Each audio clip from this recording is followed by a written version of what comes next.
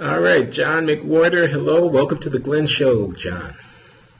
Thank you, Glenn. I'm happy to be here for the first time in Blogging Heads in years from somewhere other than my office at home with the dinosaur skeleton behind me. I'm at my Columbia office, for those who are watching.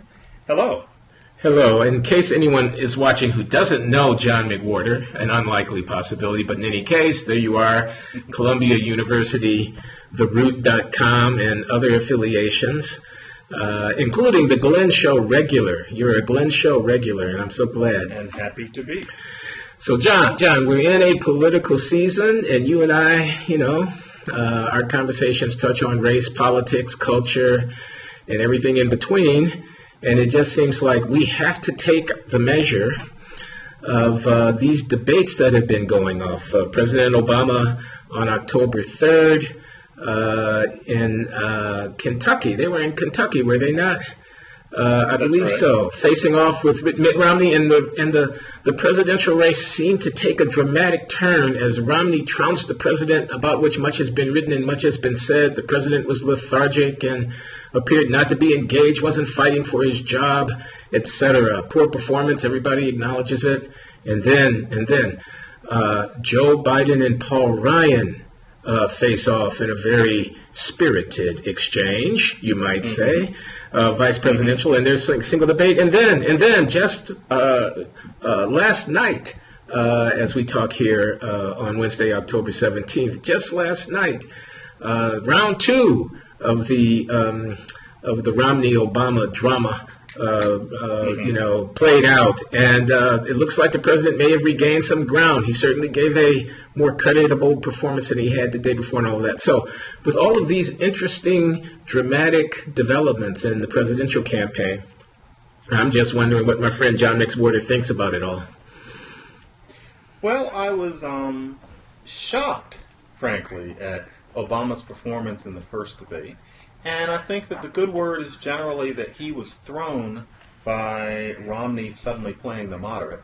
But to tell you the truth, that doesn't ring true to me. It's not as if Romney pulled any kind of rhetorical trick that an awake person couldn't have adjusted to better than Obama did. I was surprised to see that, as much of an admirer of the man as I am and his brain, that it really is true that without the teleprompter or without text, he actually isn't as quick on his debating feet as you might expect that he would be as somebody who has been partly in his life, although he never was professionally, by primary occupation, partly a law professor. And I was just surprised. I was genuinely wondering whether it would turn out that he had been a little sick that night, that somebody had put something in his beer. It was a very disappointing performance, and I knew that he would change his ways for what happened last night. Did you have that feeling during the first one? Well, yes, and in conversation with Harold Pollack, another one of my Blogging Head partners, we've already covered that ground in which I've exposed myself to the viewing audience as someone who, yes, both was shocked at the president's poor performance, was, disappointed at the president's poor performance, but I also allowed as how,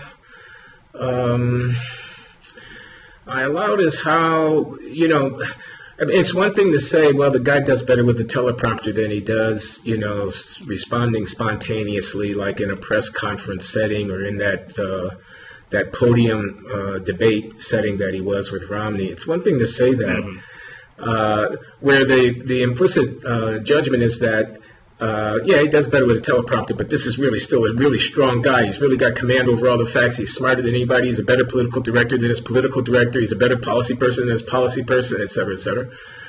And another to think, well, have I really known him? And when I saw the poor performance, do I need to update? There's this guy, Nate Silver. You know what I'm talking about? The guy that writes for a New York Times blog on, like, prediction markets and... Yes. Guessing who's going to win elections and stuff like that. And he's very good at it, yeah. Very, very good. And he's got a book out. You could almost call it like Malcolm Gladwell-esque, because it takes on, a technical area of like statistical analysis, prediction, data stuff, but renders it in an idiom that's popular, accessible, that's exciting and interesting, filled with lots of examples and stuff like that. and I heard him being interviewed about his book. And he explained an idea that I didn't think could be explained to non-mathematicians, and that is Bayesian statistics. Bayes' theorem. Bottom line on it is, we have beliefs, we get new data, we alter our beliefs. But we alter our beliefs not completely. You know, we weigh the new data relative to what we believed before based on the confidence of the belief that we held and the noisiness of the data that's coming in. But Bayesian analysis is about the subjective process of taking on new beliefs in the face of new observations, given that you come to the observation with already existing beliefs. Okay.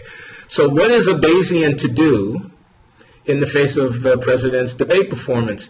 Do we chalk it up to, as you say, oh, he had a bad night, oh, he had something for breakfast that didn't suit him, oh, the moderator did this, oh, the guy on the other side was telling lies? Or do we update our belief about just how great a performer the president is? And in this case, estimate down our belief about that in view of the evidence. There were 90 minutes of unfettered observation of the president and his opponent on their feet, engaging in argument. And on the basis of those 90 minutes of observation, it would seem to me you would have to re-estimate the president's abilities less favorably than you would have done going into the discussion. Glenn, will it be okay for me to talk for longer than just, say, 60 seconds in response to that? Since I talked for longer than 60 seconds and landed out, I don't see why not, John. You go ahead. Let me know when you're done, okay? Okay.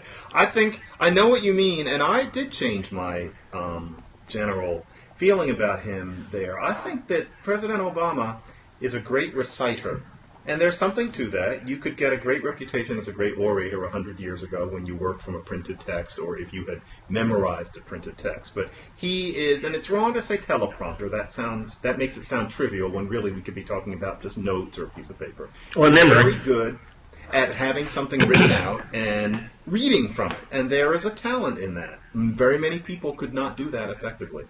However, I am less inclined now to think of him as himself an especially compelling person on his feet trying to make a case, because the truth is that even last night in the debate at Hofstra, he was still a much more halting and tentative speaker than Romney. Romney, actually, I'm not a fan of the man in terms of his politics, but he's a very smooth talker, and that's even off the cuff when what he's saying is sometimes is flabby in content. Still, he speaks better. And I didn't know that about Obama until these past few weeks. However, I do question, and this is another topic we can touch on. Yes. I really do question to what extent one's performance in these debates, either on your feet or as somebody who has been zinged once and has prepared more, which is what Obama did last night, has to do with running a nation. It all strikes me as kind of a spectator sport. I kind of enjoy it in a visceral sort of way. But no matter what Barack Obama did in this very artificial debate context, I have a hard time seeing it as reflecting significantly on what happened over the last 4 years or what would happen with another 4 years of Obama. Do you see the debates as truly significant as opposed to entertaining and maybe somewhat intriguing? Okay, well, let me distinguish between significant in terms of the impact on electoral outcome, and on the one hand, and significant in terms of the informational content about the relevant abilities of the debaters on the other, okay?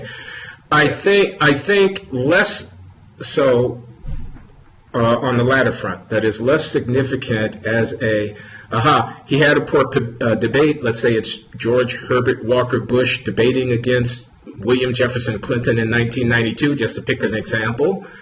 What am I? And George Herbert Walker Bush famously in one of those town halls looked at his watch. Okay, and that, perhaps amongst other things, cost him the debate. So he, quote, lost the debate, close quote, because he looked at his watch. Okay, so now, did that tell me anything about how good a president George Herbert Walker Bush would be in a second term vis-a-vis the greenhorn governor from Arkansas, William Jefferson Clinton? No, of course not.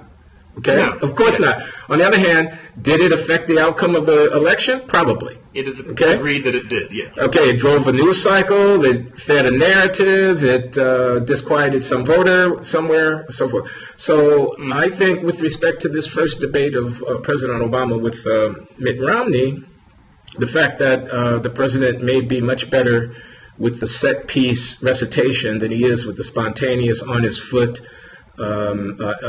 disquisition, certainly has affected the dynamic of the race. I think the polls are quite clear on that. Romney has life, whereas it looked like he was going down in flames prior thereto. On the other hand, does it mean that Obama wouldn't be good in a second term, or does it make me think any less about the prospects that he would perform his job adequately going forward and deserves to be reelected? It oughtn't to, I think. I don't think the skills on display there, the skills being tested there, are so important, except for one thing, and then I'll let you get back into your long dialogue, because I don't think you took up as much time as I did, except for one thing, and that is selling your vision and your program to the nation. Right. Now, I don't think the president has been very good at that. And I think that was one of the deficits in that debate. A lack of a kind of, macroscopic 30,000-foot bumper sticker laden, crisp sense of, this is what we're about, we progressives here early in the 21st century. This is what a second term is supposed to be. This is where I'm going to lead the nation. This is what I fervently believe in. Here, I want to inspire you. Here, I want to, so it wasn't just that he was listless, he was. But even with more energy, if he hadn't had more of a comprehensive vision, I still think that he wouldn't have succeeded. I mean, I think, perhaps you'll agree, I don't know, but it seemed quite clear to me that Romney had a vision, okay? The vision was small business drives jobs, we're going to keep taxes low so we could, et cetera, et cetera. It was the Republican talking point vision, and he was able to sell it in an effective way, which the president wasn't able to do. So to the extent that being an effective president means being able to lay out and get the people to get behind, including even some of your initial political opponents, to get behind a compelling vision, I do think it's relevant to the job performance. I think that Obama's in a hard place there, because I think he would disagree that he hasn't laid out his vision. It's that what he's laid out isn't very striking, because what he really wants to say is that he wants to keep doing the same thing that he's been trying to do over the past 4 years, and that maybe he'll be able to do it better if he can cut through at least some of the knee-jerk opposition that he encountered from the Republicans. And that's not exciting, and you can see this on many of the better op-ed pages, that people are waiting. David Brooks, for example, seems to be waiting for him to express some sort of new national vision that truly splits the difference between what the leaders of the Republican Party now would want and what Obama and people who agree with him would want. But the fact of the matter is, I don't think that Barack Obama wants that. I'm not sure if either you or I would be particularly interested in that particular vision, which leaves Obama in the position of feeling that his idea that America represents certainly free enterprise, but with what Republicans 10 years ago might have called compassion, that we need to bolster education, that we need to make certain efforts to keep certain kinds of jobs from going overseas, that we need to make it so that everybody has a fair shot. For him, that's the vision, and it was the vision that he had about 4 years ago. And the sorts of things that he wanted to do 4 years ago are the sorts of things that he still wants to do now, in part because he hasn't had a chance to do a lot of them because of things that are not completely of his making. And that's a problem, because we don't call that a vision. We don't seem to have any room for his vision to be, I'm trying to do something, please let me get it finished. We seem to be waiting for something that would lend itself better to a brand new kind of bumper sticker. And so that makes Romney look fresher than Obama. And I don't know, you might think that I'm just kind of trying to come up with ways of defending the man. But I think he would have said he had a vision. Well, look, he would have definitely said, I think it would have been something along the lines of, we're all in this together, so at some level we have a mutual responsibility, which is why the wealthy should bear their burden, and which is why efforts to protect, the disadvantaged, to provide opportunity and so forth, to give people a pathway into the middle class is something that we all should be willing to get behind. which is why the Affordable Care Act is an important achievement in terms of social legislation, because it extends the safety net in the healthcare arena to people who otherwise wouldn't have it. We're all in this together. He would say he has a vision in terms of, green energy. We want to get oil and gas, but we also want to, think to the longer term and worry about carbon and develop alternative energy sources and stuff like that. And as you say, I think he would, jobs not going overseas, the bailout of the auto industry, that the government can step in a artful way and get behind and make a difference in terms of these evolving economic pressures. We're not just subject to the whims of the global marketplace. We can be agents and shape our own, et cetera. I mean, yeah, I'm sure he would say that he had a vision. On the other hand, he definitely can't say, can he, that I'm going to do in the next 4 years just what I was doing in the last 4 years, because the counter to that is we can't afford another 4 years like the last 4 years, Mr. President. Mm-hmm. To which he says, I inherited a mess and you guys didn't help me get out of it and I'm doing the best that I can. And, that probably turns out to be a pretty weak argument relative to what is actually a fresh, if in many particulars not especially attractive to me, vision that's coming from the other side. But it's definitely fresh. It's definitely something different. I mean, so. Hey, Glenn, remind me of this. Why are we to agree that it's wrong for Obama to stress that he inherited a mess? There seems to be this idea that there seem to be two parts to the argument. One, that it's somehow viscerally unattractive, that it's whinging somehow for him to say it so much. But that, of course, is really just a matter of fashion, clothing, what our visceral sense of how we like people to sound is. And I don't find that compelling.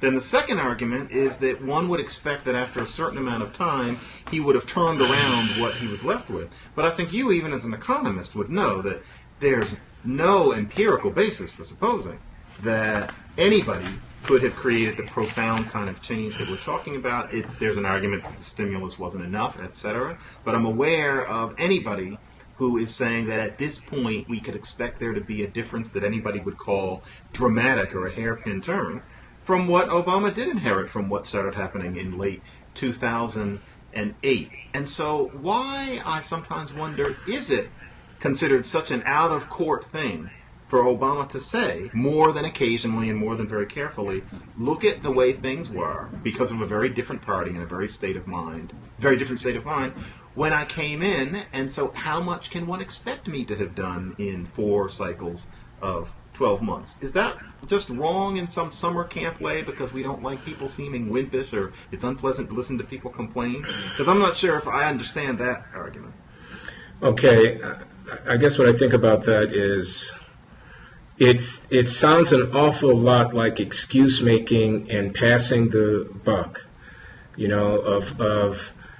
I've been president for 4 years, all right. However, the middle class is still being crushed, as the vice president reminded us. The middle class has been crushed these last 4 years, the infamous words. However, we still have not solved the problem. I've been president for 4 years. We still have not solved the problem. But you know what? I've been working hard at getting us out of this hole, and it was a terrible hole that the previous people drove us into. So he's running against this guy who's been gone for 4 years, and he's reminding the country about his failures, that is, the guy that's been gone for 4 years. But what's palpably evident to everybody is that the last 4 years haven't been a piece of cake either. So I think the reason, it's not as if, as a causal argument, it's wrong. You know what I mean? As if, like, if I were a historian looking back with 20 years hindsight and trying to assess just how effective a president was Barack Obama, the depth of the hole in which he found himself when he took office, 2 wars unpaid for, greatest economic downturn since the Great Depression, and so on, and recalcitrant political opponents with whom it was extremely difficult, like pulling teeth, to get them to cooperate on anything. It's not as if the historian would overlook those things. Obama's grade will be whatever it would be. It'll be a B, it'll be a C, it'll be an A, but that would be weighted with the due consideration of the depth of the hole that he found himself in by the objective historian. But in the heat, it seems to me, you've asked me a question, I'm giving you my answer, I don't know if it's right. Mm-hmm. In the heat of a contest about one's fitness to lead the country going forward, where one is being challenged, to have your main argument be, I inherited a very bad hand. When people are saying you failed, may look to many onlookers like a kind of excuse making and a lack of the assumption of responsibility, and just a convenient rhetorical trope being trotted out. We don't want to go back to the policies that got us into this mess in the first place. I mean, believe me, no one, as far as I can tell, has established that recession was caused by the economic policies of the George Bush administration. As far as I know, nobody has. Now, if you told me the reason we've got trillion-dollar deficits is because Bush took on an unpaid tax cut and he put 2 wars on the credit card, and then when he left office we were in recession and we had to engage in stimulus spending with money that we didn't have in the bank, that makes a whole lot of sense to me. But the idea that the economic downturn, this horrible financial crisis, lax regulation, but you got Democrats to blame for that as well as Republicans. Obama hired Clinton, indeed, and Robert Rubin and Larry Summers. Rubin, the Treasury Secretary initially under Clinton, and then Larry Summers, who assumed the Treasury Secretaryship and who was brought back in by Obama to head his economic team. They were implicated in the relaxation of the Chinese wall between investment banking and commercial banking, the so-called Glass-Steagall Act, and all of that, loosening up regulations to allow these markets to flourish. I'm sorry. Let me just try to complete my statement here. I think the smell of spin accompanies the observation that by the president that things are bad, but you know what? I inherited a very bad initial hand, and moreover, the policies of the Republicans previously are the policies of the Republicans going forward. They got us in the hole, and stick with me, and we'll get out of this deep hole that in the last 4 years we haven't much gotten out of. It just doesn't. I smell rhetoric also it's a little simplistic to say that it's the Republicans that got us into the mess of 2008 purely. But I still see, I think, more value than you do in the basic statement that the situation in 2008 was an unusually nasty economic situation for a president to inherit. And although I certainly wouldn't expect this president to say it, especially a president as inexperienced as he was, something which I certainly downplayed back then, including in conversations with you, but which I've been able to see the effect of more, I will admit, in the 4 years since. He was really, as they say in the theater sometimes, overparted. There's more going on for him than he was really prepared for in terms of his career. But he's not going to say that. But he did inherit quite a bit that there's an argument that no president, short of some incredible stroke of luck, not skill, could have made a dramatic difference in 48 months. But I imagine that there are no quick and easy answers on that particular issue. And Obama didn't rely on it too much last night, for example, in particular. He just did his job. Something else I noticed last night, though, and this is the sort of thing, it's kind of like the dog that doesn't bark. I think this was a very significant thing that happened. Mitt Romney prides himself on being an aggressive debater, and something he did last night that probably wasn't the best idea in that small space on television is he imposed himself physically upon Obama's space several times, and I'm sure he was coached to do this, to really put Obama in the corner, to put him on the griddle. Tell me, and interrupting, have you looked at your pension lately? Have you looked at your pension lately? Yeah, directing questions directly to him. Answer this. Didn't you say this? Yeah. Yeah, giving us that hostile profile view that we would have of Romney as he kept looking straight at the president. And you know what?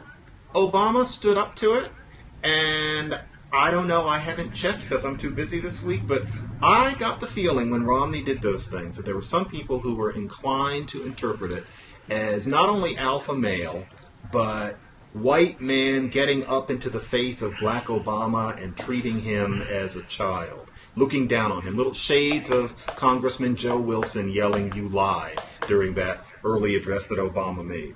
And, I think Obama held his own. He looked like a man of no particular color, taking care of himself. He could take it. Romney was obnoxious, and Obama could take it.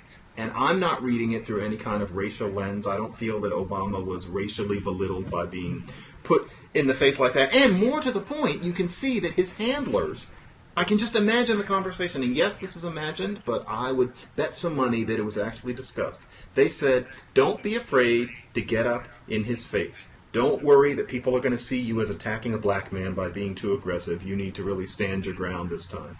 And he decided okay. His handlers decided it was okay. I'm glad they did. And Obama did his job. All of them were doing what I would hope we would do as we move ever more past Obama as black president. Am I reading too much into it? I don't know. Perhaps not. I did notice the physical aggressiveness that you call attention to, and the interrupting. Also, with the moderator, Romney was aggressive, and I agree with you that the president stood up to it very well. I mean, for example, in this incident where Romney said, "Did you not come out in the speech you made in the Rose Garden after the Benghazi tragedy?" And not say, he accused him of not having called it a terrorist attack. The president said that he did call it a terrorist attack in those remarks. Of course, Romney's broader point had some validity, which is that the administration kind of equivocated in the account that it gave of what went on and allowed for a long time the public message that, excuse me, just let me finish the sentence, the public message that it had been a spontaneous uprising associated with the video. I mean, the president mentioned it often himself. So Romney was trying to make that point, but he apparently was wrong on the specific factual claim that the president's announcement the day after from the Rose Garden made no mention. Anyway, so he tries to front Obama with that and say, didn't you? And the president, instead of answering the question, tells the governor to go ahead. He says, go on, governor, continue, governor. I mean, he stands his ground. He's not going to respond to the imperative that's coming from his debate opponent. Yep. This is your time. Yep. When my time comes, I'll speak. You don't tell me when to speak, is what I took that to mean. So he was, he was alpha male to alpha male up there. I mean, and that's what he needed to do. And Obama alpha mailed him right back. And I don't think there was anything wrong with it at all. And we hear about the Republicans having been afraid in 2008 to go too racial on Obama, with the Jeremiah Wright scandal having been considered about as far as they were going to go, always with the implication that they had more material, although they didn't. Well, somewhere along the line, the Republicans this year, at least the ones connected with Romney, decided to let that go. There have been reports that they had decided to let that go, and look what happened. The world is still spinning, and, we saw two alpha males, one of them white, one of them not, and I think that ultimately Obama was the victor in that one, despite Romney's aggressiveness, and I was happy to see it. Although, once again, I'm not sure that anything that went on has a whole lot to do with which one of those men would be better at running the country. Of course, if somebody is found out to be a bit of an idiot, so Rick Perry, in his books moment and not being able to name the 3 departments that he would defund, or Gerald Ford, who didn't understand that there's no Soviet countries were. Yeah, no Soviet domination. Right, those are important moments, but those are rare. For Ronald Reagan to have been considered to have won anything by saying, there you go again, in that cute way. And I'm old enough to remember that. It was a good line. That had nothing to do with anything that was good or bad about how Reagan was going to run the country. I think that aspect of debates is a little bit disturbing, because it's as if these debates are some sort of Athenian spectacle rather than a real test of how somebody would run the country. I like zingers as much as anybody else, but the fact that they can turn an election reflects unpleasantly on certain sorts of voters, as well as the punditocracy that encourages that kind of thing. If you ask me, I'm inclined to agree with you, but it's only one of many things that reflects. I mean, the fact that political advertising changes electoral outcomes. That if I'm out spending you 3-1, you're likely to lose no matter what my merits and your merits as a candidate are, because I can out negative message you. Right. And the idea that the Obama camp can define Romney, or that the Romney camp can define Obama by running ads on television that creates, quote, a narrative, close quote, and that the press can either get on a bandwagon or resist the bandwagon in the service of one or another narrative defining, all these words in inverted commas, candidates this way or that, also doesn't speak very well of our democracy. You mean tell me that voters are ciphers who are going to be driven by beer commercials and and political ads that are on television, and that the weight of the dollars on the scale of public messaging is actually going to drive an electoral outcome, and it would seem to have very little or nothing at all to do either with the objective merits of the candidate, since all of these ads are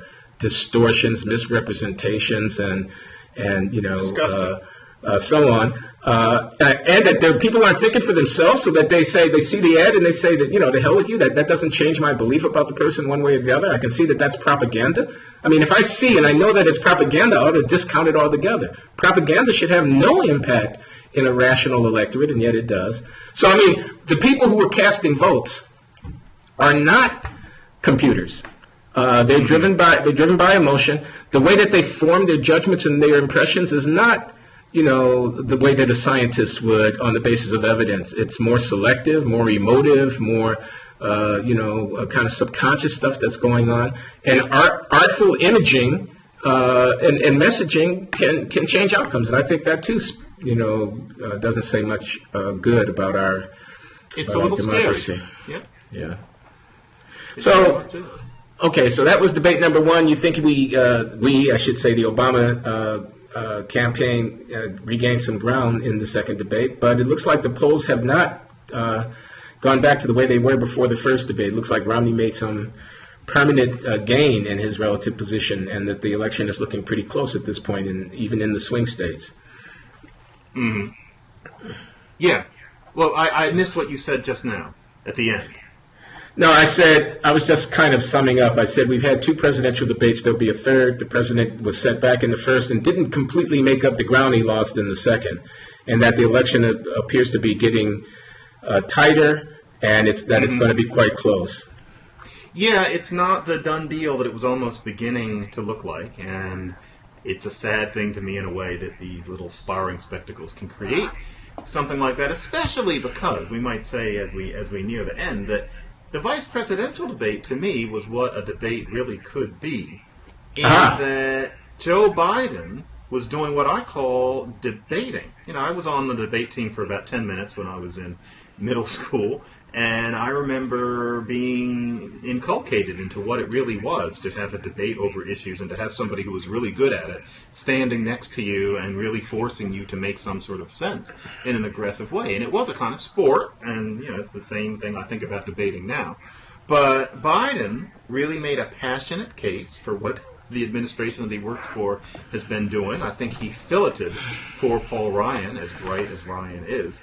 And yet, a lot of the punditocracy, including ones who are left of center, seem to be somehow put off by the fact that Biden seemed to be enjoying it, that he has a bright smile with a lot of rather clearly bleached teeth, and that he conducted himself as a kind of lion. The idea seemed to be that he was too hot for TV in some McLuhan-esque sense. Whereas what I saw was, if we're going to have these debates and we're going to pay all this attention to them, and we who write about and think about such things have to go home and sit down and watch them instead of doing something else, at least the debate ought to be one where somebody is clearly having a good time and doing it with a real kind of relish, and you get the feeling without the studious kind of rehearsal that a Romney has to go through in order to perform in a situation like that. I loved it.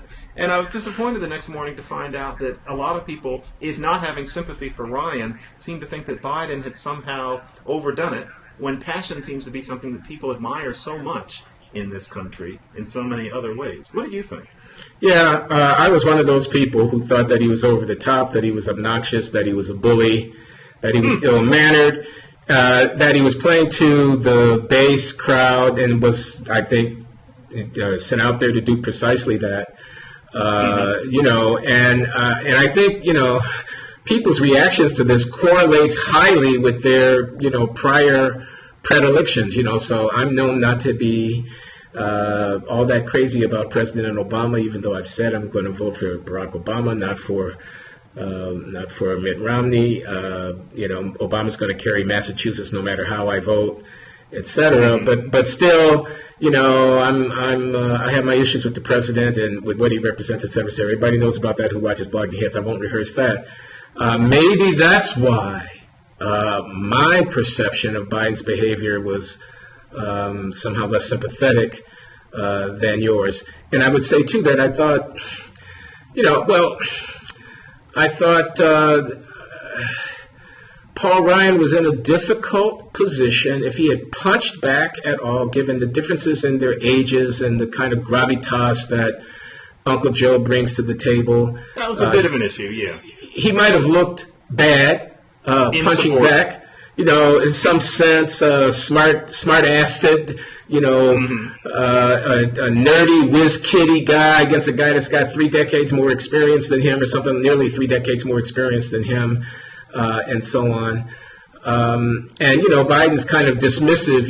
For example, Ryan says, look, taxes have been cut and revenues have risen after the tax cut. It's happened twice. He mentioned the Kennedy-era tax cuts. Now, set aside the economics of it for a moment. Biden's response was, oh, so you're John Kennedy now. Okay? Yeah. The guy never said he was John Kennedy. The guy just said that in 1961 legislation was passed, and after that tax revenues went in a certain direction. He never said that he was John Kennedy. Clearly, Strategy. Yeah, no, it is strategy, and it was prepared. Clearly Biden was waiting for an opportunity to do a Lloyd Benson kind of thing on him. I knew Jack Kennedy. Jack Kennedy was a friend of mine. Everybody in the audience knows that line. Say it.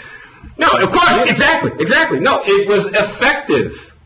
There's not any doubt about it. It was effective. It also was a cheap shot. Okay, debates are about artful, cheap shots, amongst other things. I'll grant you that. Mm-hmm. Rhetoric is not reason. Rhetoric is persuasion. It's persuasion. There's much that goes into it that's not argument as such. So at the level of effective debating, Joe Biden did a good job out there, and he won the debate by most accounts. At the level of, did it enlist my sympathetic and enthusiastic support as I was watching it unfold? I thought the guy was obnoxious, overbearing, impolite, and a bit of an ass. That's what I saw. But people have called me the same thing, John. So I can honestly say that if a fire-breathing Republican had done the same performance, and I disagreed with everything or most of what that person was saying, all those shining teeth and all that, yelling stuff and malarkey and all that stuff, I would have enjoyed as sport a Republican doing that to a wet behind the ears Democrat in the same way. All of which is to say that to me these things really qualify more as sport than as substantive political debate. But I take your point. Certainly the fact that I enjoyed it as much as I did was partly because I happen to agree with most of what Biden was saying, more than anything Ryan was saying. Well, I can tell you this. If Dick Cheney in 2004 had talked down to John Edwards in that way, I can guarantee you, whatever you might have thought, or I might have thought, that the press would have depicted that performance in a very negative light. It would have just fed into the Darth Vader image of Dick Cheney behind the scenes doing all kind of nefarious stuff. People would have been selling pinatas of Cheney. Yeah, that's right. Whereas Biden is a hero. Uncle Joe comes through for us again. So there's no doubt about that general bias, and I'm not trying to claim that I'm above it all. But yes, that's true. Cheney could not have gotten away with it with most of the punditocracy. That's true. We're running out of time, as you just observed, so I got to ask you this. Last time we were on, about a month ago, you said Obama was going to win. You were absolutely certain of it. You still that sure? Yes, I am, partly because of the situation with the Electoral College. Partly because Obama, as I expected, learned his lesson from the first debate to the extent that they're going to matter. He did well last night. I see no reason why he won't be even more prepared with the third debate. And also, my sense, and this is really just, this is a sense from looking at how elections have generally gone over the past 40 years, with the very rare exception, and even them under extraordinary conditions. There is a certain charismatic something that tends to decide these close cases. And if you look at Romney and Obama, then Obama wins that one in terms of not only just likability, but in terms of the apparent solidity of the person. You're more likely, if you're on the fence, I think at this point, given what we've seen, to tip to Obama than to Romney, despite the headlines this morning about Romney making slight inroads with women. And so, yeah, I am still telling people that the chance that Mitt Romney is going to be president of the United States in a few weeks are slim. Would you agree? No. I think Obama has the upper hand. I don't know what the betting line is now, but it's something close to 60-40 favoring Obama. I didn't check this morning, but it's been running like that. It's narrowed from 70-30 to 60-40 since the first debate.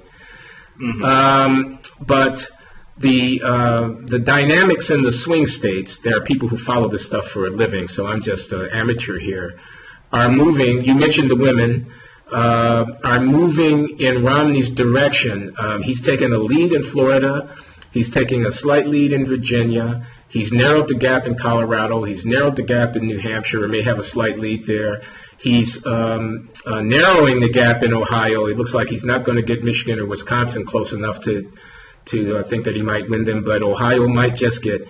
So, I mean, I will be watching these next few days to see after the second debate whether or not the trend over the last 10 days to 2 weeks of narrowing for Romney reverses, stops or reverses. If it does stop or reverse, I think I would still continue to think that Obama's going to win. But if this narrowing continues, the other dynamic that I think is going on is that, there's the Romney of the imagining coming into these debates, and then there's the Romney of you see him perform. Now, the president did a lot better in debate number 2 than he did in debate number 1. But Romney was strong in both debates, in my opinion. I mean, I thought his performance in debate number 2 was strong, and debate number 1 was very strong. So now, for people out there, the independents who are saying, oh, Mitt Romney, the rich guy, Mitt Romney, the Mormon, Mitt Romney, the guy that doesn't care about anybody, Mitt Romney, the etch-a-sketch flip-flopper, what does he believe in, Mitt Romney, the captive of the far right, Mitt Romney, the rigid, inarticulate, bumbling, kind of whatever. Well, they've got now these Mitt Romneys in reality versus the Mitt Romneys of David Axelrod's imagining. And I think this latter guy is more likable. I think the likability gap is actually closed. I think the president still has a slight lead on the likability front, but it's closed. So all of these things make me less certain that the president will carry it and make me think that this next period leading up to the final debate is absolutely critical. And then there are also these things laying around like the Benghazi embassy disaster and the administration's exposure on that. There's no time for full-blown congressional hearings, but, who knows what's going to come out in the next couple of weeks that might adversely affect it. So, I'm not a betting man. If I were, I'd give the president a slight nod, but those odds have narrowed sharply, and I'm not nearly as certain as you seem to be that the president's going to carry it. I should have also added that I'm also moved by the fact that this undecided voter person generally doesn't care about what's going on in Libya that much, according to a lot of studies. The foreign policy seems more remote to that person than, almost by definition, what's going on here in this country and how it impacts them more directly. However, I take all of your points, and really I don't think that anybody can say anything with even a hint of authority about this until at least Monday when we see more polling. But from what I see, I'm not nervous to the extent that I would be nervous about a Romney presidency today. Yeah. Okay. Well, we are on the record, and we'll see what happens. Thanks so much for coming on the Glenn Show, John. Well, thank you, Glenn, and I'll talk to you next time. I'm going to teach the Quran. Have a good one. Okay. You do that. Bye-bye.